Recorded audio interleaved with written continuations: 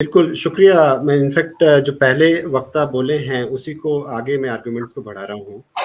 और जो ये एस्टिमेट दिया जा रहा है, काफ़ी इकोनॉमिक्स बोल रहे हैं, रिपोर्ट्स आई है। यदि 10% जो है, यदि वो तेलों की कीमत बढ़ती है, तो कितना परसेंट जो है वो ग्रोथ रेट कम होता है, और कितना परसेंट जो है वो महँगाई दर बढ़ती है, और कितनी खुदरा महँगाई दर बढ़ती है।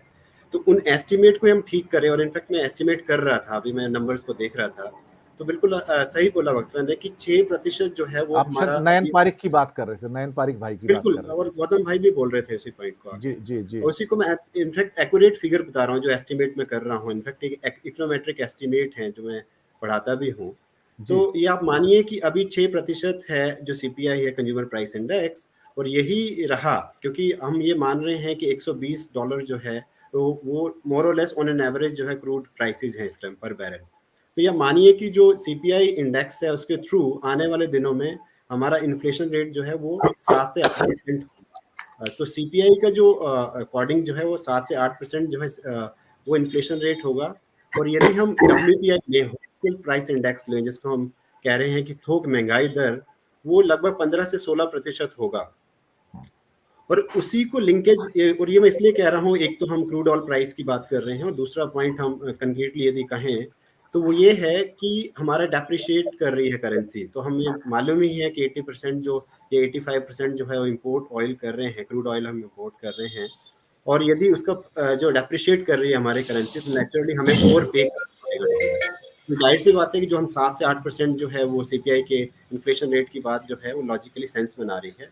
और डब्ल्यूपीआई की जो है वो लगभग 15 से 16% की बात हो रही है। दो बातें तो ये थी।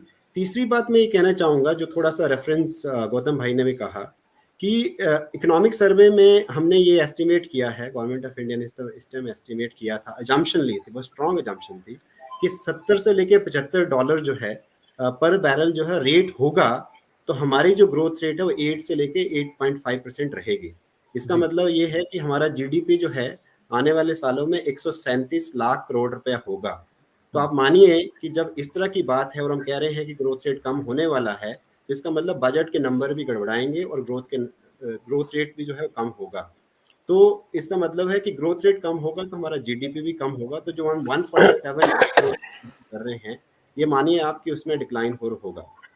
इसमें एक इसलिए चीज मैं ठाकुर साहब ऐड कर देता हूं कि अगर अभी $120 के आसपास क्रूड रेट पे पेट्रोल डीजल आते हैं, 15-20 रुपए बढ़ते हैं, तो सरकार कंपेल हो जाएगी कि वो कुशन दे। और सरकार का जो एस्टीमेट था करीब 3.5 लाख करोड़ के एक्साइज कलेक्शन का था पेट्रोल डीजल से, 3.5 लाख करोड़ का इस साल का। तो अगर उसको थोड़ा कुशन देने की कोशिश करेंगे तो कम से कम 1.5 से 2 लाख करोड़ उसमें से स्लैश हो जाएगा। तो सरकार के पास जो नेट घाटा रहेगा वो सिर्फ पेट्रोलियम डीजल की एक्साइज ड्यूटी का ही 1.5 से 2 लाख करोड़ हो जाएगा इस प्राइस के ऊपर। Just to add what you are saying sir. सही बात है, सही बात है। और इसलिए हम ये मान ही रहे हैं, और इनफैक्ट ये एस्टिमेट आ ही रहा है कि इस टाइम यदि एक्साइज ड्यूटी नहीं बढ़ाती है पेट्रोल और डीजल पे गवर्नमेंट, तो जो बजट के एस्टिमेट है वो गड़बड़ाएंगे, और बिल्कुल इसलिए 1 लाख करोड़ रुपए का तो लॉस उसी में होगा। तो एक तरह से नाइफ एज प्रॉब्लम होगी है कि एक तरफ जो है बजट के वैसे ही फिस्कल डेफिसिट की बात जो गौतम भाई कह रहे थे, उसमें जो फंसी हुई है, और ऊपर से जो है कोविड-19 पैंडेमिक क्या हम ऑलरेडी क्राइसिस में हैं, और अब ये यूक्रेन और रशिया का जो क्राइसिस है, उसने और जो है एक तरह से जीडीपी एस्टिमेट और इन्फ्लेशन जो है उस पर काफ़ी क्रिटिकल जो है सिचुएशन पैदा कर दी है। और जो लास्ट पॉइंट मैं कहूँगा, जो हमारे पहले वक्ता भी कह रहे थे, कि बिल्कुल ये बात तो है, जनरल जो इकोनॉमिक सेंस में हम बात कर रहे थे, लेकिन जो हम इंपोर्ट कर रहे हैं दो देशों से, एक तरह से, या ग्लोबल लेवल पे जो इंपोर्ट किया जा रहा है या एक्सपोर्ट किया जा रहा है, उस कारण से हमारा जो सप्लाई बॉटलनेक है वो आया है, या एक तरह से कहें कि सप्लाई इफेक्ट हुई है।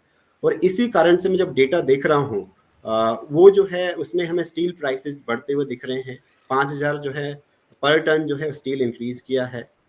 उसके साथ साथ जो है फर्टिलाइजर जो है, आप जो बात पहले भी कर रहे थे, उसके प्राइसेस जो हैं वो इंक्रीज कर रहे हैं, और वो एस्टिमेट आ ही रहा है 10 to 15%।